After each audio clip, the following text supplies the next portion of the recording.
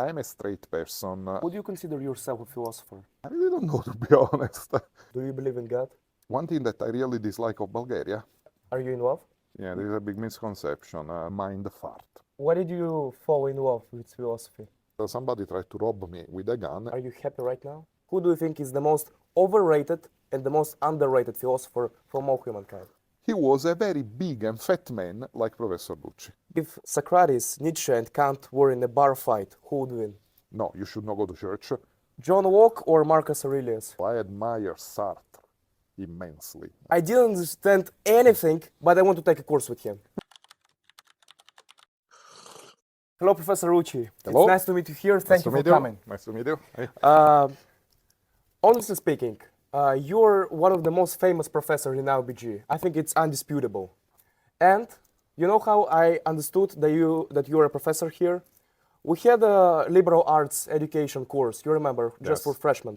Yeah. Freshmen. And one girl, Katie, she's a friend of mine. Yeah. She told me, Sava, you won't believe, we had this professor, he's just incredible. I cannot believe we have such a good professor. I didn't understand anything, but I want to take a course with him. And I think that is a common thing that people say about you, especially about the accent, that you teach very good, but people just, at first don't understand you. How do you cope with the accent? Then they get used. Oh, I don't think I will ever change my accent, you know. The funny thing is that even when I speak Italian, I have an accent. Really? Yeah, I mean, it is a Neapolitan accent, but, okay, let me tell you, I have a problem with my jaw. My jaw was dislocated long ago. And Are you a boxer? No, rugby player. Rugby? And, yeah, I played rugby. My jaw was dislocated, and, you know, and even my dentist, whenever I go to him, he say, oh, I mean, this jaw is a problem, etc. And it's not so easy for me, you know, even when I speak Italian, it's quite a problem. But people get adapted, you know, people get adapted. I can say, yeah, and sometimes in my teaching evaluations too, when students have nothing but to say, they just say, oh, but the accent, whatever.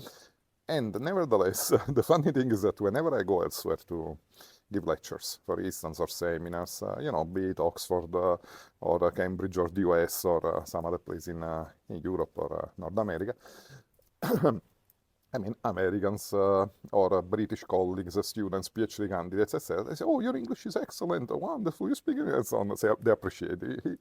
They appreciate it. While here, you know, students are always quite critical. And, Yeah. Anyway, you know, I suggest we just start with your life, as personal as you want to get. Yeah. Then we want to speak about Aubg, and for the last we leave the philosophy, your passion. yeah. How old are you?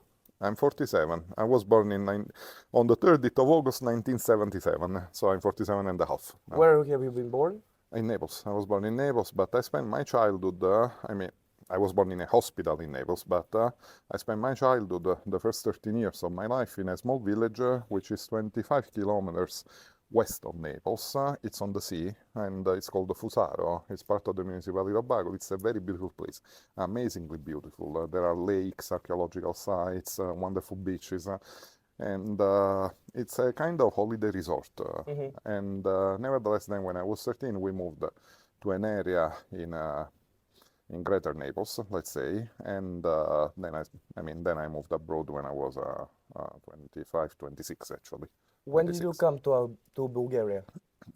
In 2006, August 2006. I was almost 29 when I arrived at the Aubg. So how many years have you been teaching in Aubg? Like almost 20 years. Almost 20 years, Wow. let's say. Yeah, I mean, 19. This is my 19th year at the Aubg, my 19th academic year. Do you like it so far? Yeah, I have to be honest, I like it. Yeah.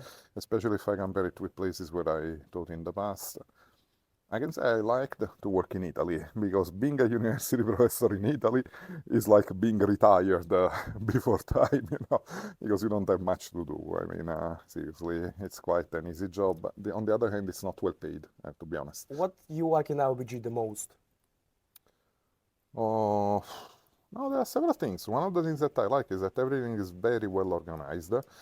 There is a component, actually, of Aubg, a constituency that is not appreciated enough, in my opinion, particularly by students, and it's the staff. I mean, our staff does an amazing job. I mean, from the librarians to the registrars to the student services to the IT people, everybody, the finance people, etc. Everybody, they are outstanding. They even work after 5 o'clock very often. They take part in meetings. They contribute to shared governance. And I can tell you that if compared to many other places where I've worked, where I've been a teacher or a researcher, our staff is much more serious and committed. I worked in places in the US, in Germany too, by the way, in England, in Italy, where you go and you ask for something, they don't pay attention, they say it's not my job, whose job is it, we don't know, whatever. While here, anyone, from the cleaning ladies to the directors of offices, they are all very helpful, etc. And this makes our life as faculty members much easier. Colleagues are nice. They're a nice bunch of people. My colleagues are a very nice bunch of people, I can say. And the students too. As I told you, students' quality and attitude is even better than what I saw in other places in the past. Well, after all, the staff is what keeps the university going, right? Yeah, They keep it yeah, yeah. functioning. Indeed, yeah. But definitely, like in everything in life, there are things, yeah, that you don't like so much, you dislike. What would you change in Aubg? Oh, honestly, I would not change many things. I really don't know, to be honest. I have to think a lot. If Well, there it's is not a something that I paradise would say. here. It's a good institution, but I gotta be honest. More stability when it comes to the upper echelons. We cannot change a president every 2, 3, 4 years. There are places in the US where they have presidents for 10, 15 years, the same president, I mean, you for think it's 10 better? years. I think it's better, some stability, you know, because, I mean, so far we have had really nice people, especially. I mean, Dr. Insign does a great job, Dr. Evans was great, etc. Also, Professor Sullivan in the past, he did well.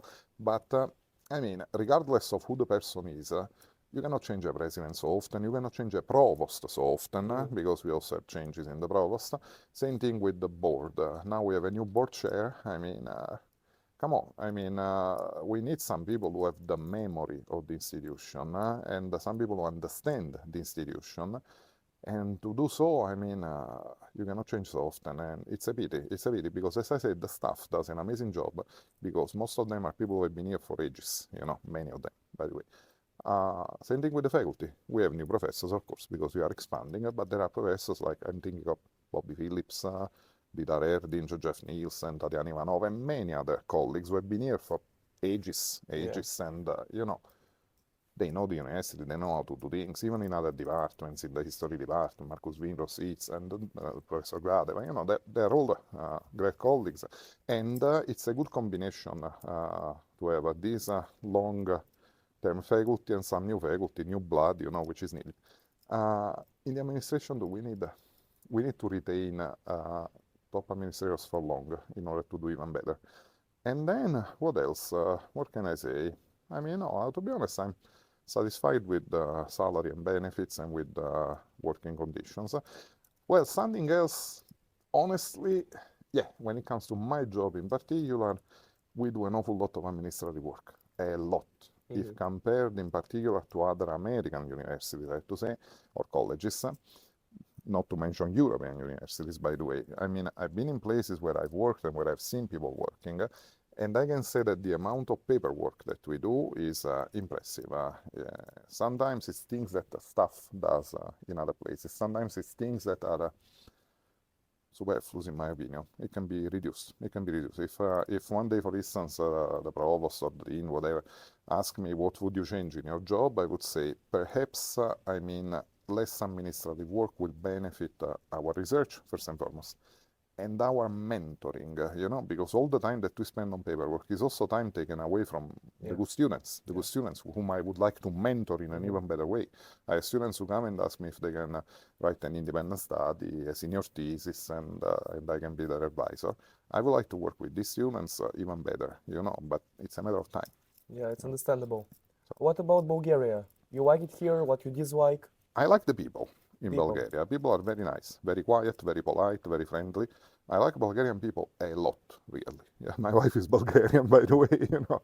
And I know Bulgarian people, of course, at the university, some colleagues, staff members, etc. But I have a lot. I mean, I have several friends even outside of the university.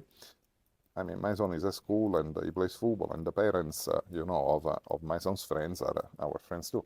So the people are a very nice thing here in Bulgaria.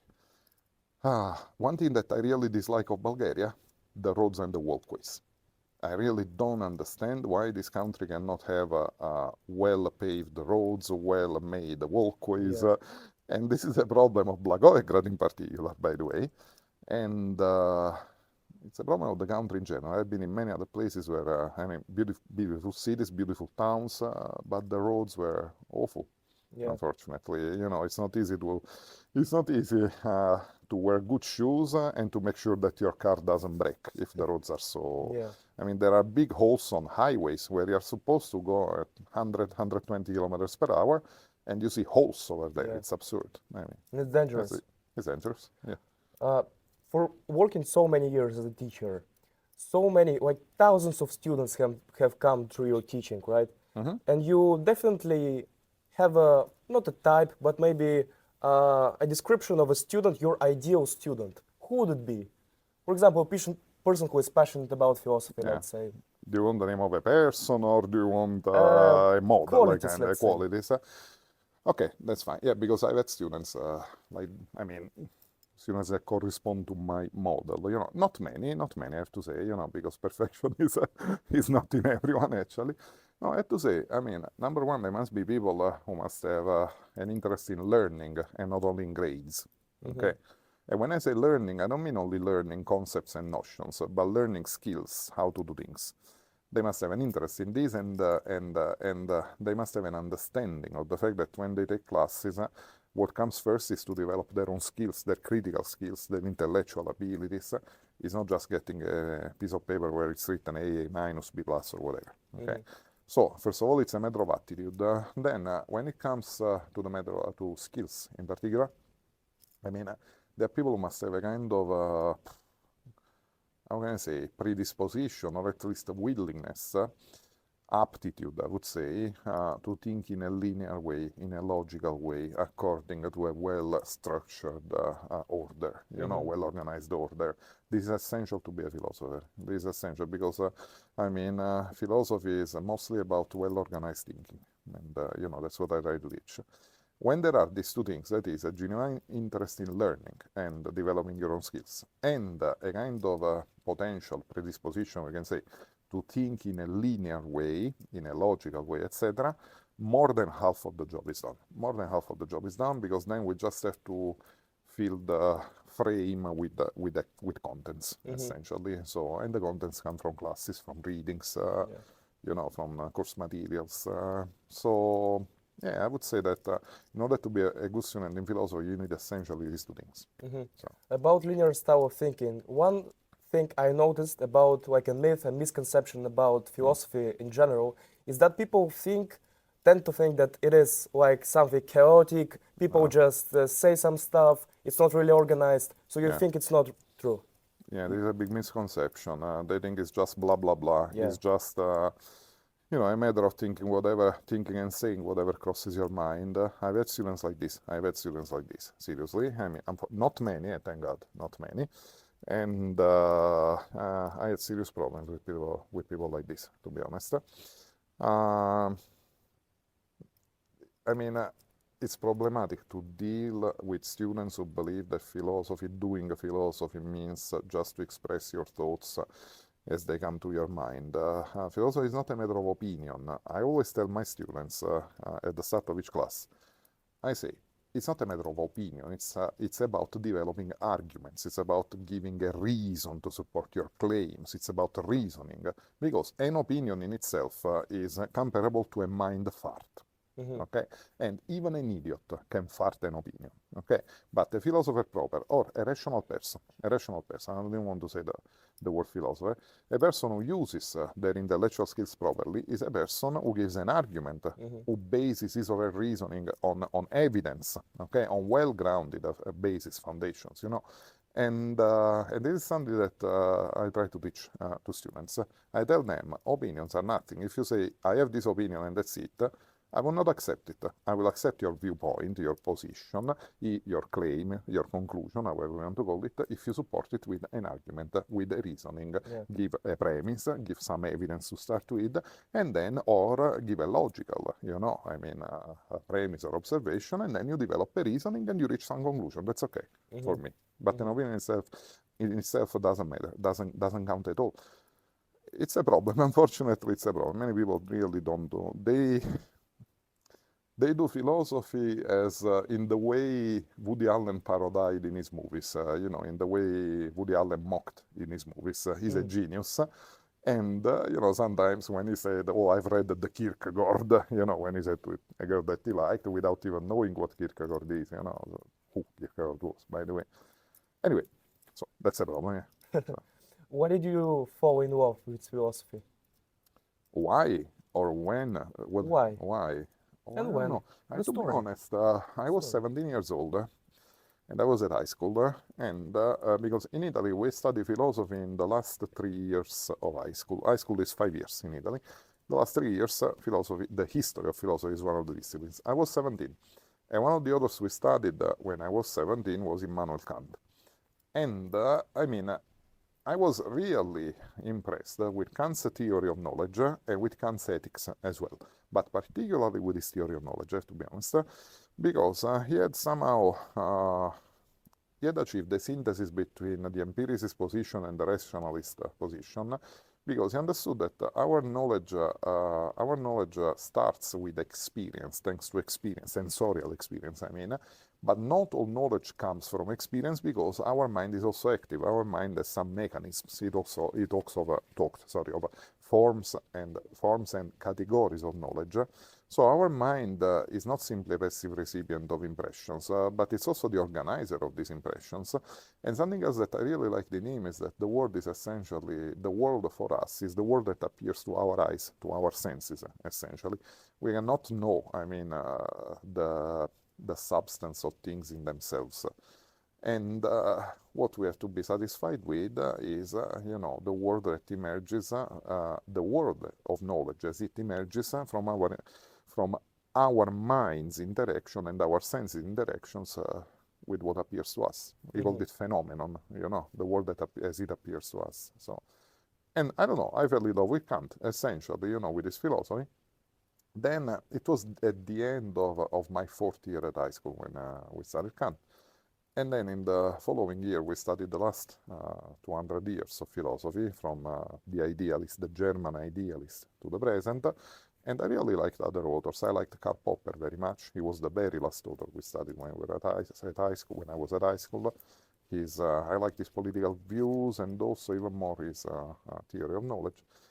And I decided to enroll in the philosophy program in Naples, at the University of Naples, because it's good. It's a very old university, more than 800 years old now. It's the alma mater of Thomas Aquinas and various other famous philosophers, Giordano Bruno, Giambattista Vico, Benedetto Croce. And that's why I did not need to travel outside of my hometown in order to find a good philosophy program, and I say, why not? And I'm satisfied with my choice. I'm happy with my choice. I never regretted it. Never. Would you say that Kant changed your life? Somehow, yes. Yes. Because I always had a passion for the humanities, but I was undecided, between classics, because, at high school I also studied ancient Greek, Latin, language and literature, by the way. So I was undecided whether to study literature, or classics, or foreign literatures, or history, by the way. When I studied Kant, and later the philosophers of the last 200 years, including Karl Marx, Nietzsche, Martin Heidegger as well, Edmund Husserl, the fathers of phenomenology, the existentialists, etc. Then I understood that this is what I wanted to study later. So, okay. Before going much into philosophical context, I want to ask you, for so many years of teaching, you probably have some funny stories about, I don't know, students, like situations. Can you share with us what first pops in your mind? Like a funny story, a silly story, in your classes, outside? Without saying quite names. a lot. No, of course. Actually, one of the funniest things that happened to me, I just mentioned Thomas Aquinas. This is something that I tell students in class. I teach about Thomas Aquinas. his views on happiness in particular, his proofs of God's existence, and once, a student was supposed to write an essay that had to do with Thomas Aquinas. I don't remember exactly the topic, whether it was on happiness, on intellectual perfection. I don't remember, to be Okay. honest. And instead of writing about St. Thomas Aquinas' theories, he wrote 3 sentences only on a huge A4 paper. He wrote, St. Thomas Aquinas was from southern Italy, like Professor Lucci. I say, it's true. Good starting. He studied philosophy at the University of Naples, like Professor Lucci. I say, it's true, by the way. He was a very big and fat man, like Professor Lucci. That's what he wrote. Really? I'm serious? I said, come on. And I gave an F, because I gave an F not because of what he wrote. I gave him an F because of what he didn't write, essentially.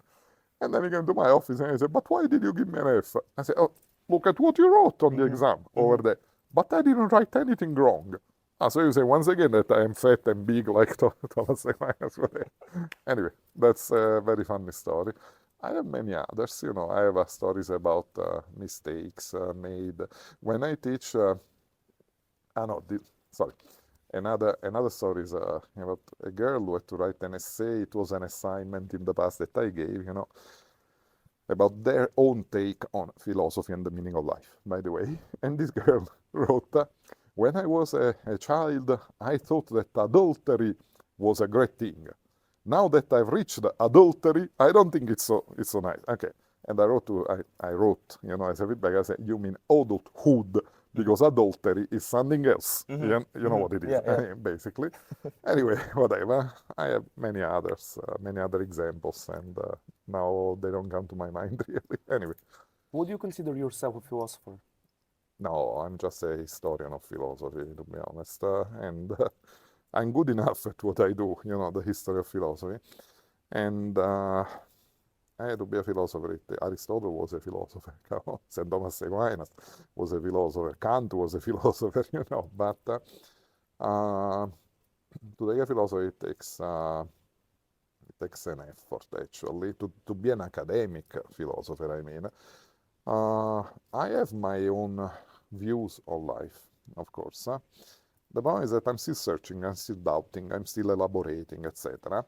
I don't have my own system. This is my problem. This is my own system when it comes to my views on life. I'm still thinking about a lot of things. There are a lot of issues in practical ethics, for instance, about which I don't have a final answer. Even topics that I teach in class. Sometimes students ask me, what is your position? And I say, I really don't have a kind of final answer, And this is true for almost all the topics I teach about. They're very controversial and complicated, and, I somehow admire those who have a very clear position and express it about issues like, what can I say, abortion, the death penalty. Legalization. Even drug legalization, or for instance, whether donating, is a duty or just an option. These are all complicated issues. There are very few issues about which I have a position definitely in favor or definitely against. For instance, euthanasia.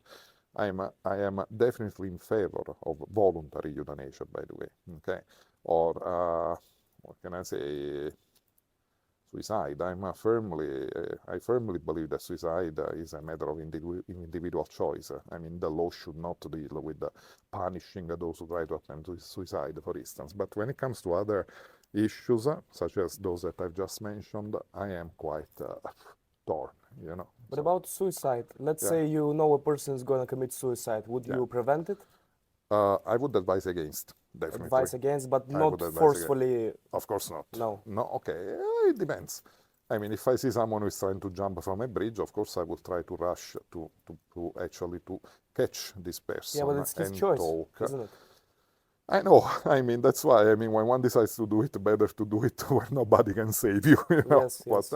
But I would try, yes, to save the person. Or if somebody asks me, what to do, I would advise against it, definitely, and I have good arguments against it. Okay, but when it comes to the legal status, for most of European history, suicide was a crime, and people who tried to commit suicide and their families, by the way, were also were punished, essentially.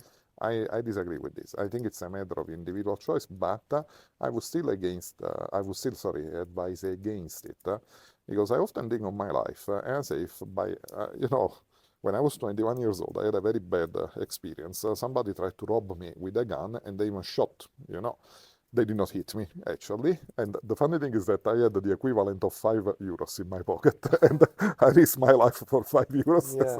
because I didn't want to be Crazy. robbed. I revolted, I reacted. I said, why do you have to take my life? And the good thing is that there were two robbers, and one of the two of them dropped the gun, and I beat him up black and blue.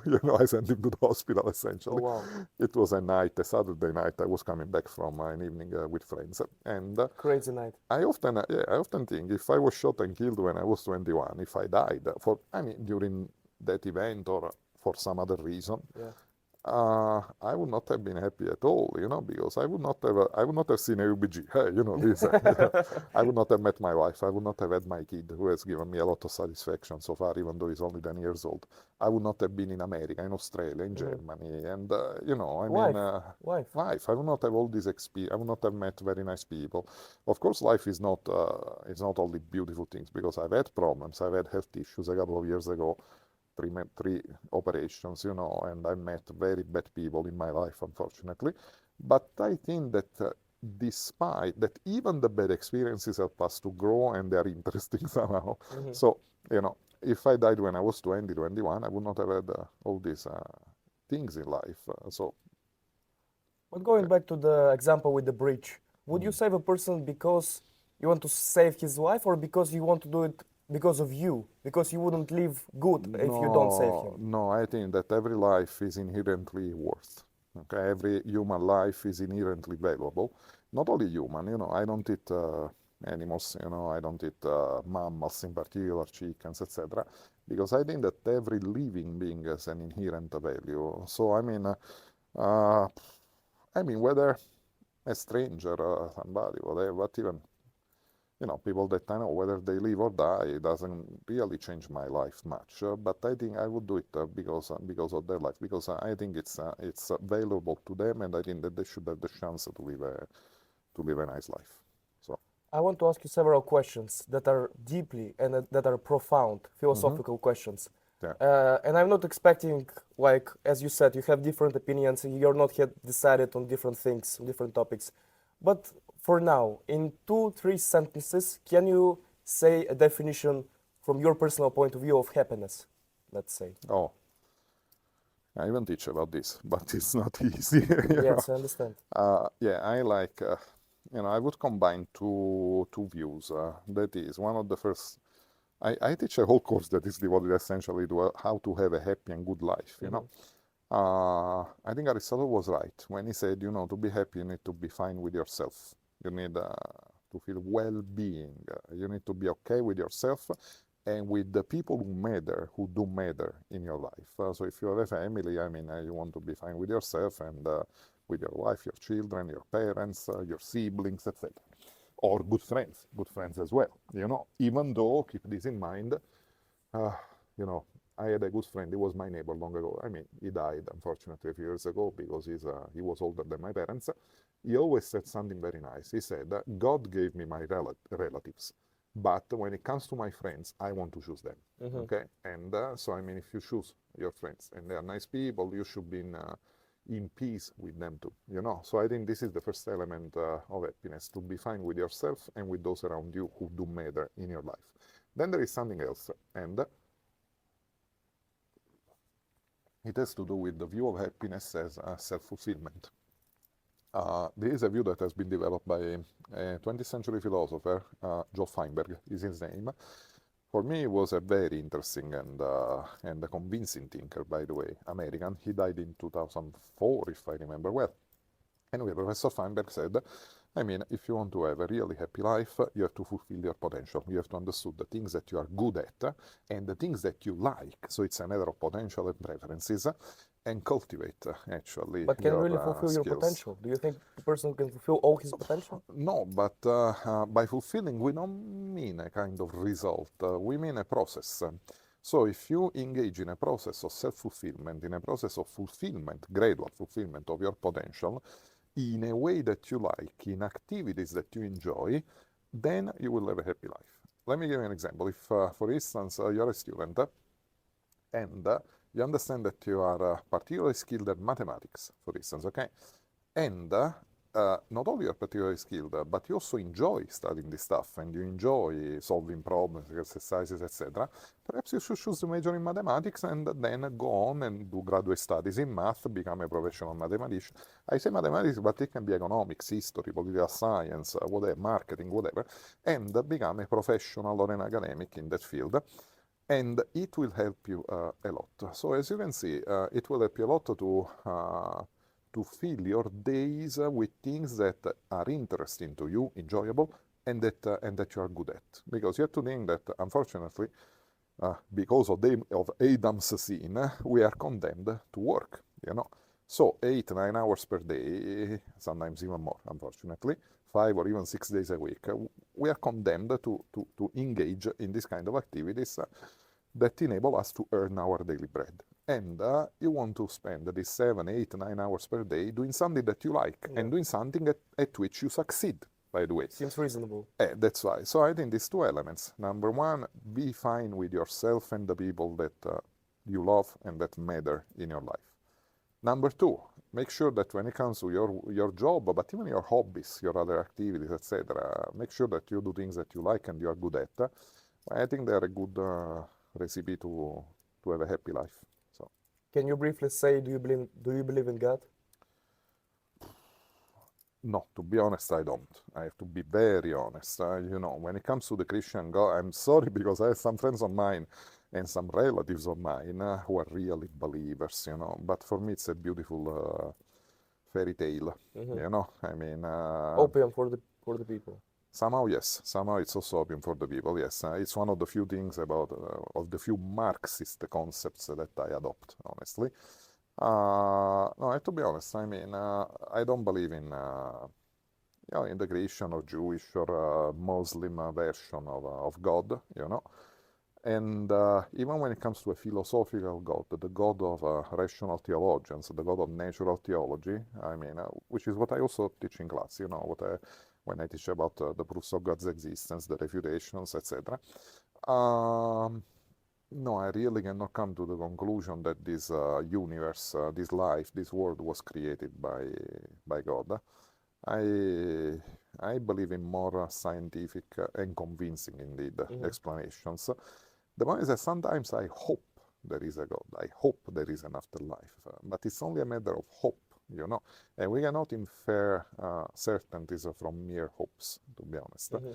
But I've been like this since I was a kid. I was at a Catholic school from kindergarten to 8th grade, to the end of middle school, essentially. So I spent 10 years at Catholic schools, by the way, 2 different ones. And I was never a good believer. My teachers even understood it. You know, I mean, I've always been a kind of a very dry rationalist. I think that fate, I don't know, somebody says that fate is a gift. I say it's a beautiful illusion, conversely, you know, more than a gift, it's a kind of self-delusion. I think that when we die, that's it. You know, I'm an Epicurean in this respect. I think that when we'll die, it will be a blackout. No more feelings, no more thinking, no more consciousness, you know, and that's it, you know. And I think that that we were not created; we were just generated. You know, I'm also a materialist, to be honest. I don't believe in the existence of an immaterial soul. I don't believe in the existence of a soul that will survive the body. So, anyway, I teach about other different theories in class, but that's my position. So, do you know Jordan Peterson? I know. And I will quote him loosely, very loosely. Yeah. When he was asked, does he believe in God? He says, I believe that when people say they believe in God, I believe it is what they do that matter and not what they say. And I behave myself as if God existed. And I think it's a strong answer. Uh, yeah, you know why? It's a kind of answer that even, even my friend John Locke gave, because Locke thought that if we don't believe in a creator who also created the moral law, the universal moral law, the law of nature.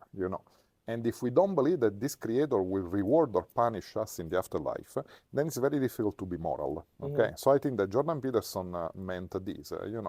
I behave, I try to be moral, I try to behave morally. Why? Because if I don't do it, then God will punish me. It's a powerful incentive to behave morally. That is a fear of divine punishment or hope in divine reward, in otherworldly reward, actually. That's okay. Some people need it. But I'm more of a Kantian in this regard. This doesn't mean that I adopt Kant's deontological ethics altogether, but I like his point. I like his point that we should perform ethically, we should behave morally, regardless of rewards and punishments, essentially. Behaving ethically, behaving morally is a duty, because if one day it will be demonstrated 100% that God does not exist, then what? We don't have the incentive to behave morally, and we will start to slaughter each other just because we will not have any other worldly reward or punishment. So I think that ethics needs to be separate from religion. I fully agree with Immanuel Kant in this regard. So I disagree with Locke, I disagree with Peterson, I disagree with all those who behave morally just because they are afraid of divine punishment. And, well, this is it.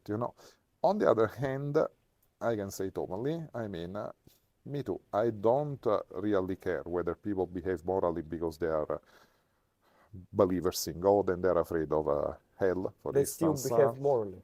That's what matters. Or because they are Buddhists and they have a focus on compassion, or because they are atheists but they still find reasons to behave morally in a notion of ethics, of morality as a duty.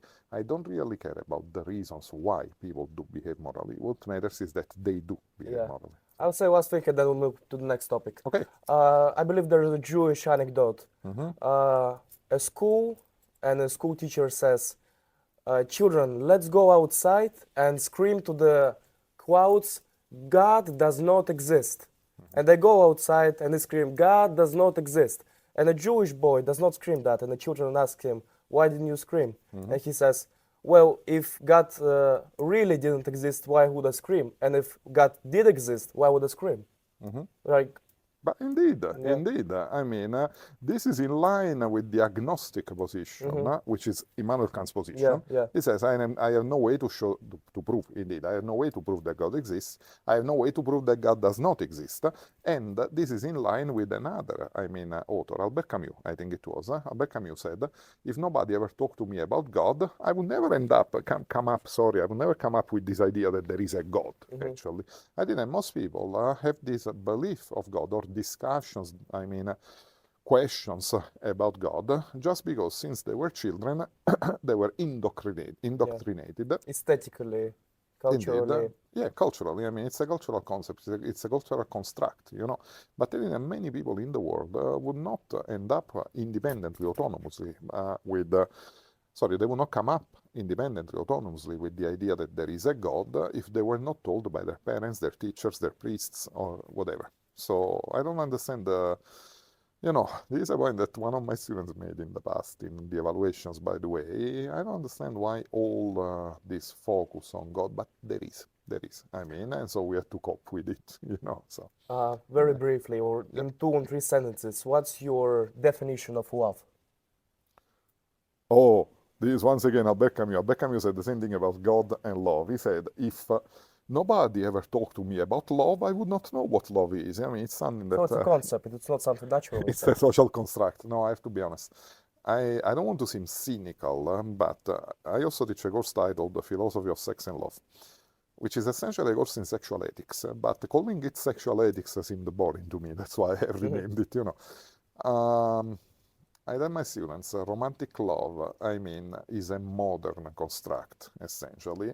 It's essentially a way in which writers, poets, Hollywood movie makers make money, essentially. And it's dangerous. I'm very sorry to say it, but I'm sorry for the word, but there is a lot of bullshit about romantic love, to the extent that some people even commit suicide because of romantic love, etc. It's idealized. It is somehow there is a lot of mystification about romantic love, about finding the twin soul, your half, finding the person of your life, and your life will make sense only if you live it with this person. These are a lot of very dangerous concepts for the self and for other people. In Italy, in my country, unfortunately, every day a woman dies, killed by her boyfriend, husband, former partner, whatever. Okay? I mean, there is this idea that,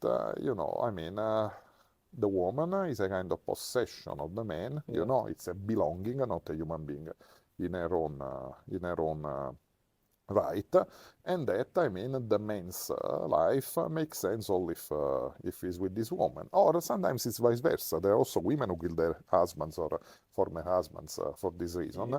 And this process of idealization is extremely dangerous. So what do I think about love? I think that there is infatuation. Infatuation can last for a period, anything from 8 months to 3 years. I mean, it's proven scientifically, But then, it disappears, it vanishes, it becomes weaker.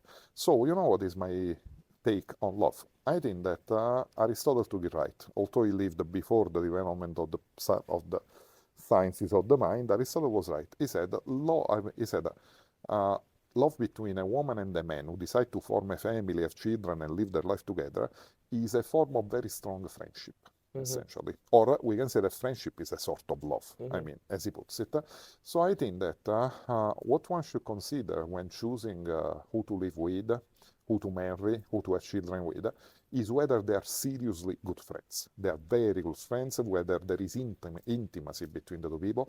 When I talk of intimacy, I mean sexual intimacy, physical intimacy, but also psychological, mental intimacy, whether you can live with this person, whether this person makes you feel good, and she or he and you make him or her feel good. So it's all about practical life, because this idealization of the partner, which is promoted unfortunately by the media, by Hollywood movies, poems, novels, and so on, is not only false, but it's also dangerous, very dangerous. You mentioned you are married to the Bulgarian woman. Yep. Are you in love? Yeah, in my concept of love, I am in love, because I mean, she's the most important person in my life, I can say, and along with my son, by the way, But I mean, if I have some problem or doubts or something bad happens, etc., I mean, my wife is is the best friend I've ever had, and she can say the same thing about me, by the way. So there is trust, there is reciprocal support, there is understanding, and there is also the fact that we give each other enough freedom. If she has to go out with her friends, she has not a lot actually, a few good friends, and they've been friends for 20 or even 30 years with some of these women. I mean, and she wants to stay out until 4 o'clock, so be it. Or if I want to go to Sofia and have dinner with some friends of mine, or colleagues, whatever, so be it, Or when I go to conferences, or she goes on holiday to visit friends of hers in Spain or England, whatever, we give each other a lot of freedom, but we also spend a lot of time together. So, while there are couples who never give each other freedom until they explode, unfortunately. You gave a definition of happiness. Are you happy right now? Yeah, I can say yes. I mean, a little overworked, to be honest. A little overworked, too many things to do. It's partly my fault, because I write a lot, actually. I mean, because, when you publish something about a book, for instance, or a series of articles, then people will ask you for more and more and more. And if you are asked to write a book chapter by a colleague, a friend who is editing a book for Cambridge University Press or Oxford University Press or Brill, you don't say no. You don't say no for 2 reasons, for several reasons actually. Number one, they are friends. One day you might need them too for a project, whatever. Number two, you don't say no to a prestigious publishing house. I mean, it's a very important line in your CV. And number three, I mean, it's interesting, it's challenging and interesting in itself. So I'm overworked mainly because of my research in this period, and administrative work as well. Paradoxically, the teaching is the least demanding part in this period of my life. So, hundreds, maybe thousands of different philosophers throughout life, throughout history of humankind. Thousands, tens of thousands. yeah. Can you say just one name without justification? Who do you think is the most overrated and the most underrated philosopher from all humankind, in your opinion? Oh, overrated and underrated. Yeah. Oh my God, overrated there are a lot, an awful lot, really, an awful lot. Oh, who should I single out actually? You can say several, it's not a problem. Ah, well, now I'm gonna piss off a few friends of mine, because they like this woman. I really dislike Ayn Rand, honestly. Rand, really? Yes. Uh, she has completely misinterpreted not only Immanuel Kant, by the way, as other authors have written. By the way, George H. Smith is another important libertarian philosopher, and he has written a paper in which he shows that Ayn Rand has not understood anything of Immanuel Kant. Anything. She has also badly misunderstood Aristotle and Thomas Aquinas. She has completely missed the social, I would say, elements of their philosophies, and she thinks that they are quite close to her way of thinking. She talks of three great A's, that is, Aristotle, Aquinas, and Rand. I think that when she compares herself to Aristotle and Thomas Aquinas, these two guys are rolling in their graves, honestly. I like her because, as Emmanuel Levinas said, Emmanuel Levinas is an author that I really like. I mean, he died in 1995. He was a French philosopher, Jewish, originally born in Lithuania. And Emmanuel Levinas said, if you want to be a philosopher, you need to be, first of all, a good historian of philosophy. And you cannot misinterpret other thinkers, which is what she did. So, anyway. And underrated. Underrated. Let me think. Well, to be honest, there are some. I'm thinking of I specialize in 17th and 18th century philosophy. And from that period, there are several underrated philosophers. I'll give you one name. He's an author about whom I've written extensively, John Toland. He's an Irish philosopher who wrote in English, of course. He was born in 1670 and died in 1722. And he wrote exceptional works, not only regarding the history of Christianity and the history of religions in general. He also wrote excellent political essays. He was a Republican. He was strongly in favor of religious toleration. He had a very original model of religious toleration. I've written several papers on it. But he also had a very interesting metaphysical system, which was partly based on Spinoza's views, but it was even more coherent than Spinoza's system. He was a monist, essentially, like Spinoza, but his views were even more radical than those of Spinoza. I think that Toland is highly underrated. Specialists have especially in the last 50 years, I can say 50, 60 years, have rediscovered his work and the importance of his work, but it's still widely unknown to a more general audience. So. We talked a lot about philosophy, like profoundly, and I want to ask you several a bit funny, silly questions, and I want silly answers. Yeah. If Socrates, Nietzsche, and Kant were in a bar fight, who would win? Socrates, Nietzsche, and Kant. Honestly, I think Immanuel Kant. Yeah? Because he was the most reasonable of the three. He was the most reasonable of the three. I have a great respect for Socrates, and I like Socrates a lot. But, he was quite a stubborn guy. I think Kant was the most reasonable and rational of all the three of them. So, if you had to sum up your entire philosophy in one sentence, what would it be? One sentence. I would say live and let live. Live and let live? Yes. Very humane. I'm kind of a liberal, politically speaking. Liberal in this. We live in a time in which people want to put their nose too much in the way others do, I'm a Millian in this respect. By Millian, I mean a follower of John Stuart Mill. I don't like, the situation in America. They are talking of putting an end to woke culture. I still don't understand what this means. I still don't know what they mean by woke. Yeah, wokeism. Now, what the heck do they mean? Do they mean that people cannot choose their gender identity, people cannot choose how to live their life, who to marry, their sexual orientation?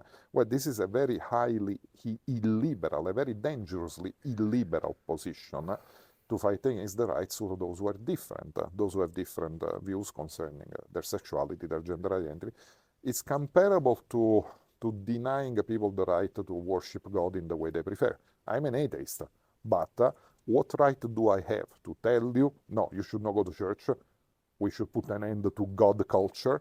You should not try to, to inform others about your religious ideas. You should not talk of religion at all with your friends or in a bar, etc. Or you should not claim that you have a right to be tolerated, etc. As long as you do not harm anyone, okay? And now I don't understand why all this anger against the people who are different in another way, I am a straight person. I'm sorry to say it, I like women very much. That's, I've always liked women. I've always, had girlfriends and then I got married, But, I have friends who are gay, lesbians, transgender. So we have students too, who are, who have different gender identities and sexual orientations. Who am I to say that these people are not normal? Who am I to say that these people are not wrong and don't have the right to be tolerated and we have to put an end to this kind of culture? Now they say we want to put an end to the extremes. Okay, if they explain to me what they mean by extreme, we can discuss it. But I really don't like this illiberal position that is being taken, unfortunately, in the US and also in some European countries. So. Before going to my last questions, let's go for a blitz.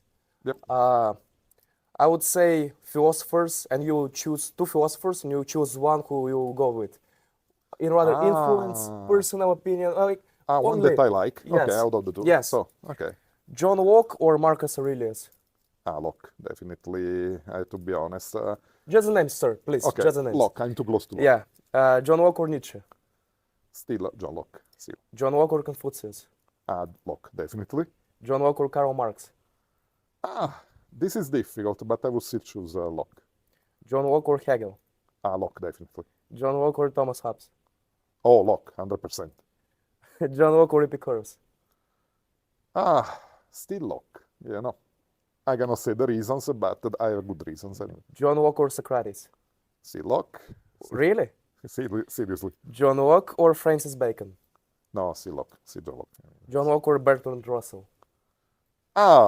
Good question. Well, in this case, I have to go with Russell. I have to be honest. Yes, Bertrand Russell. Bertrand Russell or Kierkegaard? Russell, still Russell. Definitely. Russell or Plato? Still Russell. Still. Russell or Heraclitus? Oh, still Russell. Russell or Montesquieu? Bertrand Russell, still. Russell or Democritus? Still Bertrand Russell. Much more advanced. Russell or Machiavelli? Russell, definitely. Russell or Epictetus? Still Bertrand Russell, Russell or Heidegger? Oh, Russell, 100%. Russell or Schopenhauer? Russell. Russell or Jean-Jacques Rousseau? Russell, definitely. Russell or Aristotle? Oh, this is extremely difficult. This is extremely difficult. Oh, I'm torn now. Let me think 1 second. Well, in this case, still Bertrand Russell. Really? Yes. Yeah. And then you will justify. I will not say why. But Russell or Wittgenstein? Oh, Russell. Definitely. Russell or Cicero? Still Bertrand Russell. Sorry for Cicero. But... Russell or Jean-Paul Sartre? Oh, this is extremely difficult. Oh, I admire Sartre immensely. But, for the complexity of his ideas and his political views, still Bertrand Russell. Russell or Albert Camus? No, Bertrand Russell. Russell or Hume? David Hume? Oh, no, still Russell. Hume was a conservative, so still Russell. And Russell or Kant? In this case, I would leave Russell and I would go with Kant. I have to be honest. Yes, I have to be honest. You want to know who are the philosophers that I really like a lot and I admire? For me, Kant was the most important philosopher ever, in my opinion. Aristotle was amazing. He is one of the most original and brilliant thinkers. I like Bertrand Russell because of his position regarding atheism, in particular, his position regarding politics. He was a liberal. Another author, you did not mention him in his list, but if you ask me Russell or Isaiah Berlin, I would say Isaiah Berlin, definitely. I was surprised there was no Berlin, but in a comparison between Russell and Berlin, I would choose Berlin. But if you ask me Berlin or Kant, I would still go with Kant because the greatness of Kant is even superior to Berlin. These are the things I like a lot. I would say, out of those that you mentioned, I had serious doubts with Aristotle, as I said. Locke, yeah, I chose Locke because I studied Locke, because I have to be honest, I strongly admire Locke's political ideas, Yeah. political views. That's why I chose Locke. I've written about his religion, but I'm not a good Christian comparable to Locke. I mean, his religion is a little weird. It's a kind of original version of Christianity, and I've written about it, but of course I don't adopt it. No, but I have to say, I mean, if you ask me your favorite philosophers, Kant, Hume, who inspired Kant, Locke, because of his political ideas, Isaiah Berlin, and Bertrand Russell, of course. My second to last question is rather a proposal. Would you give an advice to young people in general and to our students? Very briefly, sir. Briefly. About what in particular? A piece of advice. It's up to you about what? About their life. life, about their studies. Yeah, okay. I always give this piece of advice to students. Don't let anyone influence you, okay? Don't let anyone and anything influence you. I mean, try to discover what you really like in life, what you really like to do, what you really enjoy, and try to discover what you are good at, okay? Because you might like to play football, but if your feet are not good, you will not become a football player, for instance. So try to understand what you are good at and what you really enjoy, and do it. And don't let your parents, your peers, your friends, the media, the market, etc., influence your life choices. Because when you have to wake up every morning and go to work, it's your life, it's your time. It's not other people's life and time. And it's you who must be happy to do the things that you do, interested in the things that you do, successful at what you do. So. And the last proposal. Yeah. What would you say to your future self? And let's say 5, 10 years when you're old. Yeah. What will I say? What do you What mean? would you say right now to your future self? In which respect? What do you mean? I mean, that's a difficult question If you to had a dialogue answer. with Yeah. your future self, let's say Yeah. when you're 80, God, give you health, Yeah. what would you say? I don't know. I mean, what I would. So it's a question like how I would like to see myself in 30 years from now, for instance, 20, More or less, 30 years yes. from now. I don't know. Honestly, I hope I will be able to say,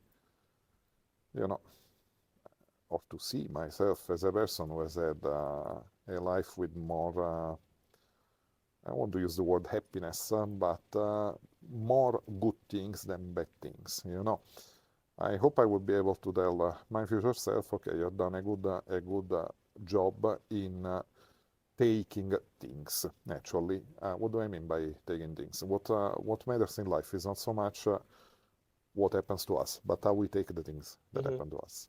Sometimes I don't take it so well. Sometimes I let other people bother me too much. I let bad events in my life bother me too much. So I hope to be able to tell to my future self, to myself when I would be 80 years old, if I had to look at him now or at myself now, I would like to say, okay, in the last 20, 30 years, you did a good job in not letting other events, other people influence your well-being, affect your well-being. You were independent enough, to take things without caring too much about the negative aspects of life, bad people, toxic people, etc. And you concentrated conversely on the good things. You cultivated good relationships, good friendships, good human interactions with others. And you did the things that you liked, when it comes to studying and working. What would you say to your younger self in 1, 2 sentences? When you were 18. Yeah, what kind of mistakes I would avoid, therefore, yes. In this case too, I would say, don't waste too much time focusing on negative people and negative things, because that's a mistake I made in life, unfortunately. People that were not worth my attention, events that were not worth concentrating on so much, activities that were not worth in the end. I spent a lot of time doing things that then I consider to be not so important. And that's something that I tell my students, that's what I tell my students. Make a list of priorities. Choose your priorities well. Don't focus on activities that then you will regret having done. And I don't want to say what kind of activities, but they can be different. So they can be diverse. I say, do things that you really enjoy doing, that can give you something, can actually can further improve your educational experience here at the Aubg or elsewhere, later elsewhere, and don't waste your time on things that are not really worth spending that time on. So, You know, Professor, Yeah. Before conducting this interview, I had certain Yeah. expectations of what Yeah. will be. Yeah. And I usually keep my expectations really low. In that case, Okay. I'm not bothered, right? And you exceeded any of the expectations. It was an insightful discussion. I Yeah. really thank you for coming here. Thanks. And I'm looking forward to talk with you next time. Thank you so very much for coming. Thanks. Thank you. Thank Thank you you so very much. Thanks. Thank you. Thank you.